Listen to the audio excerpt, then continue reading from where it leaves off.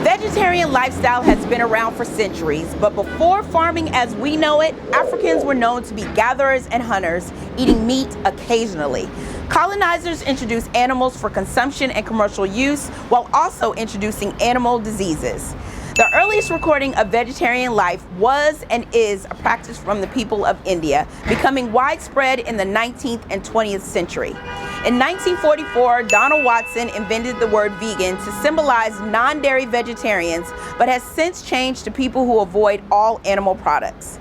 Veganism is here to stay, and it is rapidly becoming an adopted lifestyle, with African Americans being the fastest growing demographic. I'm Angela Yvonne, and this is Vegan Pop Eats.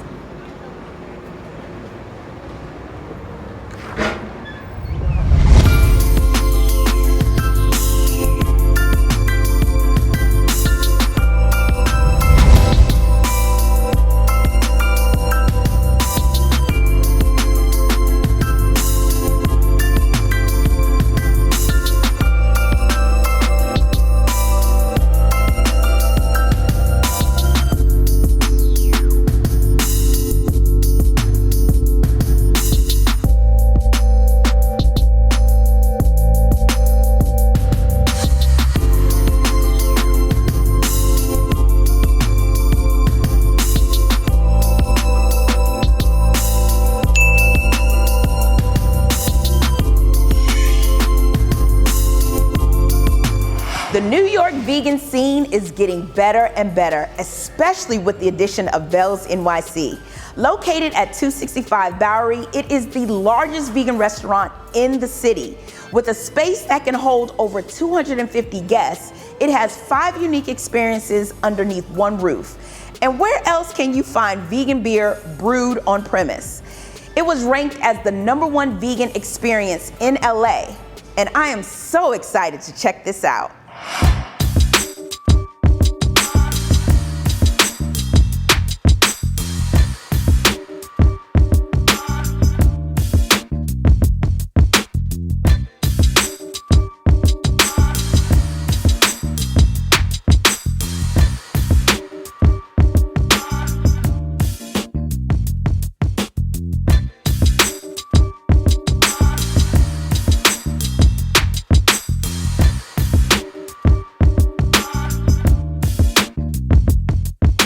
Ryan, thank you so much for allowing Vegan Pop Eats to come here.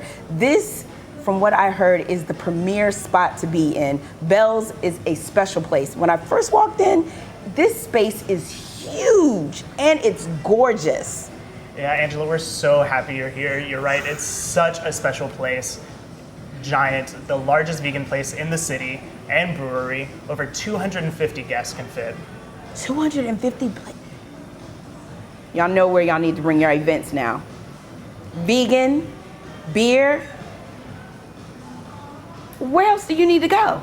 So what makes this space so inviting? Because like I said, I've had friends come here and they've been raving about the food, they've been raving about the service.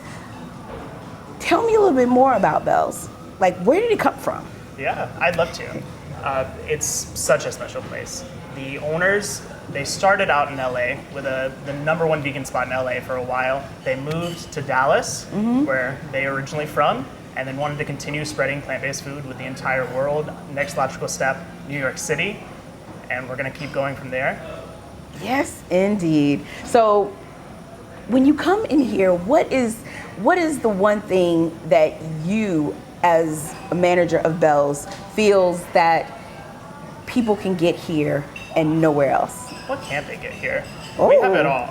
The best food. We have a wonderful executive chef who's curated our menu. Yes. We have our own brewery system with our brewer on staff who has our own special draft beers. We're a full bar. We're the place. It's all you can get. Well, I'm so excited to see what makes this place the place. I cannot wait to taste some of your beers. We're so happy to show you. Thank you.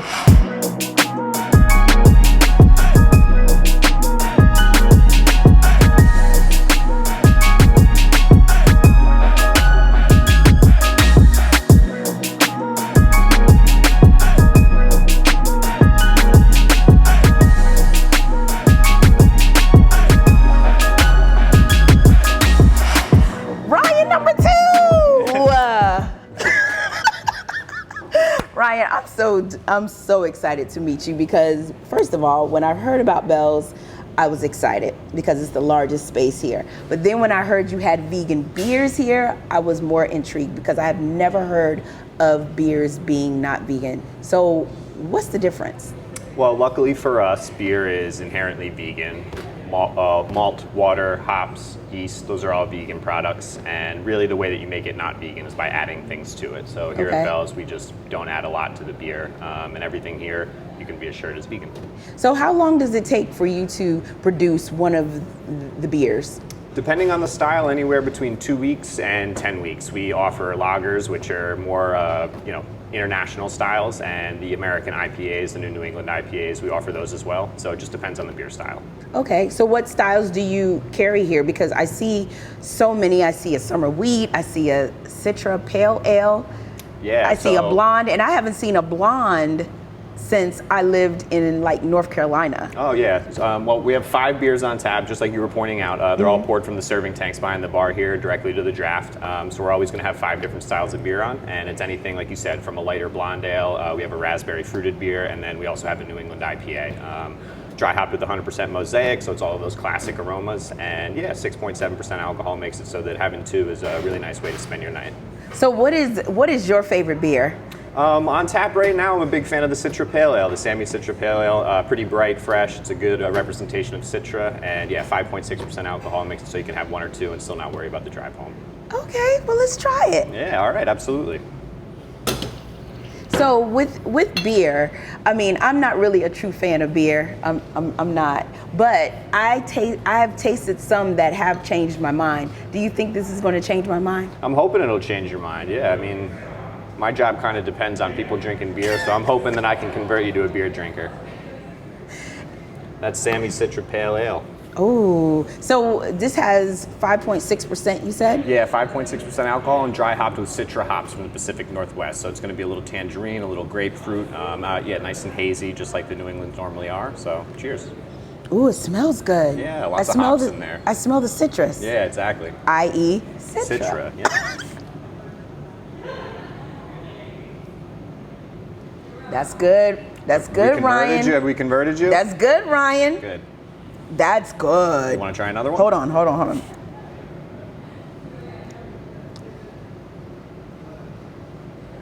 Okay, Ryan. You're going to have to beat that one. All right, you want another one? Yeah, of course. I'll try another one. This is good. Yeah, oh my God, it's so flavorful. But it reminds me of a summer day. Yeah, well, that's what we have on right now is the summer beers. We're going to transition into some of the beers in the fall. Right now in process, we have our Oktoberfest. Okay. So we'll be pouring some of that for you. So is it important for when you do the beers that it's seasonal, or do you always keep a certain one on tap? So I try to work with seasonal ingredients when I can. We worked with some raspberry and blackberry this summer. Those are seasonal fruits. When the fall comes around, we'll be introducing some cranberry into the winter. Okay. But yeah, seasonal beers have always been a big part of the brewing culture, and I'm going to try to keep that up. Oh, awesome. Ooh. Raspberry, fruit, you pick Yes, it up? yes. It's a nice pretty pink, just like your lipstick there. Oh my God.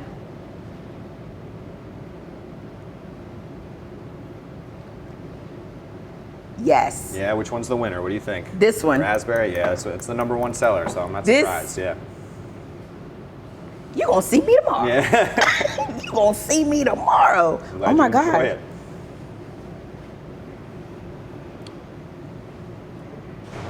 Thank you for sharing your gift, Ryan. Cheers. Hey, cheers. cheers. Yeah. Yes.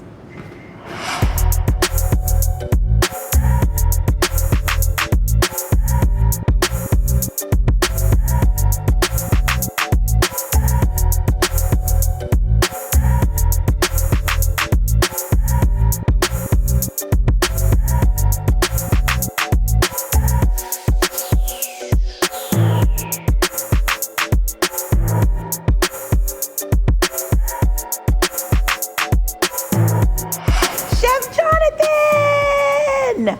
I am so excited to meet you. I can help you. How are you doing, Angela? Ooh, Brussels sprouts. I'm doing well. I am so excited to meet you because I've heard so many phenomenal things about what y'all are doing here at Belse. What do you have here? So for right now, what I have are some of our most popular appetizers. We're starting you off with the edamame hummus and crudité. Not a crudité. Yes. So we got our radish in there, our mixed carrots. So you get purple, yellow, orange, fresh peppers, and then we also do some cucumber and tomato. The hummus is made with edamame, so that's like a nice change up on like our traditional hummuses. And it even has mint inside, which I think adds really great like fresh flavor, and dill on top as well. Yes. So there's that, and then our next most popular is our Brussels sprouts. This has our sriracha glaze. So if you're like me, it has a nice little heat to it. We garnish it with some fresh sesame. And then finally, the last appetizer it can be an appetizer, but also some people get it as an entree. Right. So this is our sausage fennel flatbread. This does feature the Beyond Meat, which is very good to get people who are a little nervous right. With plant-based or vegan food, like excited about it. When I say this is beautiful, but you had me at crudité. Hey. I love the word crudité. So let me see what you got. What? Oh, these are like my favorite. I love rainbow carrots. Let me see what y'all working with hummus, because I am a hummus connoisseur, and you know I'm funny about my hummus. Okay, let's see. I heard that from your previous videos. I heard what you said. Oh my God. Wait, hold on. You know it's good if I got to do a double dip. Hey. And you know what I like about this? Number one, I like the fact that it's fresh. Okay. And two, I love the fact that you decided to pair it with fresh vegetables, because normally you get hummus and you get your carbs with a lot of different types of bread, and y'all know I love me a good carb, and you know I love good bread, but this is just a refreshing take. Thank you. Thank you for your gift. And if you want the carbs, we do have the option to serve it with flatbread. So, if you come back and you need your carbs, we do have that for you as well. Okay. Just have to let you know. Fun fact about me is that before I became a vegan, I didn't even like Brussels sprouts. Oh. I didn't like them at all. Like, you couldn't get me to get a Brussels sprout to save my life. But this right here, the presentation, looks okay. Let's see what you think of that spice. Okay. That's a little sweet heat.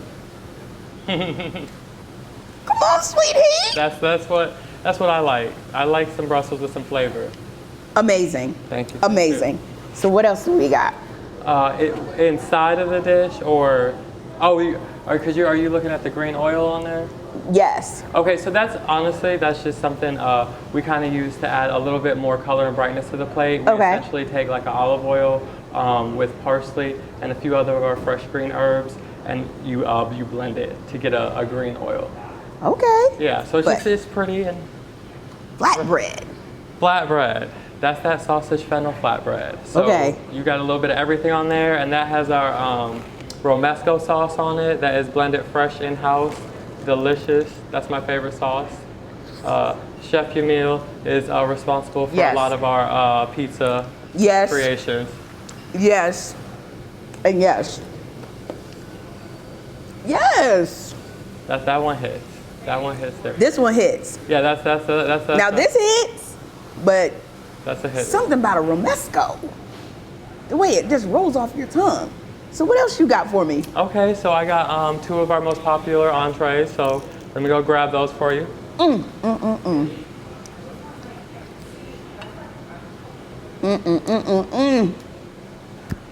All right, so this first entree that I'm getting ready to present to you right here, this is head chef, Chef Anthony Spino's favorite dish. How beautiful is that? That is the verde cauliflower. This is definitely like one of my favorite cauliflower steaks that I've ever tried. The flavors with the corn succotash, just bright, fresh, but you still have this charred grilledness because we do that on the flat top. And then that yellow rim around there is a beautiful butternut squash puree. That is beautiful. That is good. So what kind of cuisine would you, I guess, put this under? Because there's Mexican, there's French, there's German. What would this be called? So Again, we do use a lot of fresh ingredients. If we were gonna put a name on it right now, our menu does have a very European or Italian like feel to it. But the great thing about Belse is we're new and we are testing out a lot of different recipe ideas and concepts. So these are things that you see now, but you may see influences from other places a few months down the line. Yes, indeed. I'm influenced. Hey. I'm influenced. Hey. I love it. And then this is our pumpkin penne pasta. And this is one of my favorite dishes. So I brought you two of obviously the chef's favorite dishes. You said penne and you said pasta. And pumpkin. Did you say pumpkin? Yeah, it's called the pumpkin penne pasta. You know what? Let me just go ahead and get up in here. Let me just go up and get up in here, because, you know, you done said, you know, the 3 B's. And that pesto, I can't wait for you to try that. Oh, it smells amazing. Let me see. Yes. It's a layer of like explosions. It's not just like a one. And I taste the pumpkin in it. And that pesto. This is making me a fan of pesto again. Hey. Like every now and then I get a little, you know, craving for pesto, but. Because vegan or, you know, plant-based pestos aren't always, I don't know, they just don't always have like this level of element to it. Right. But the way we, you know, our recipe is here and like we make it and blend it again in-house, pretty much fresh every day. This is. Okay, this is so you wowed me with the crudité, the flatbread, the Brussels sprouts, and the pumpkin penne. You got something else for me? Hey, I do. Whoa, did you want to try that a bite of the cauliflower, or you want me to go grab your dessert? You know what? Quick? While you're going to do that, I'm about. Okay. Let me get up in this cauliflower. Hold on. I'm just gonna get a little piece, cause.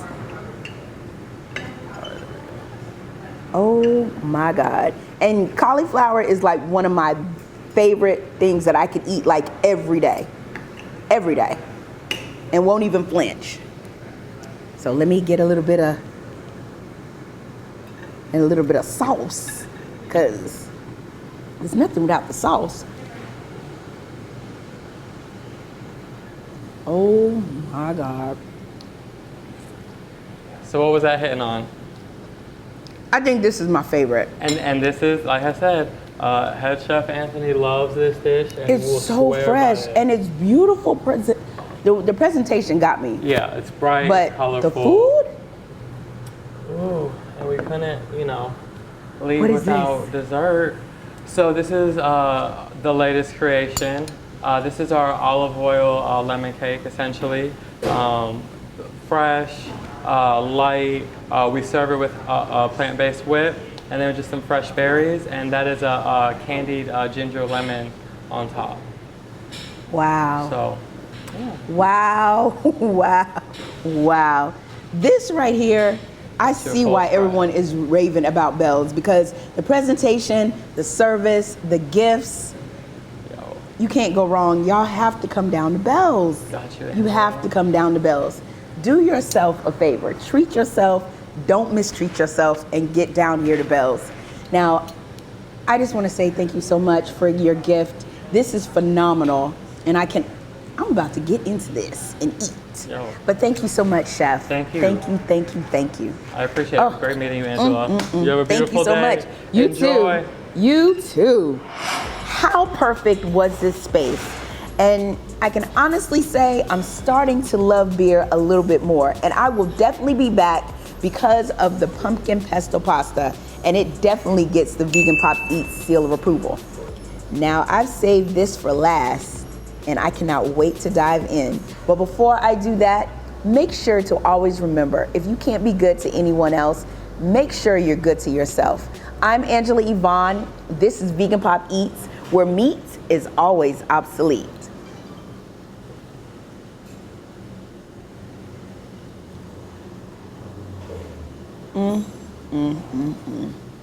Ooh, this is good, real good.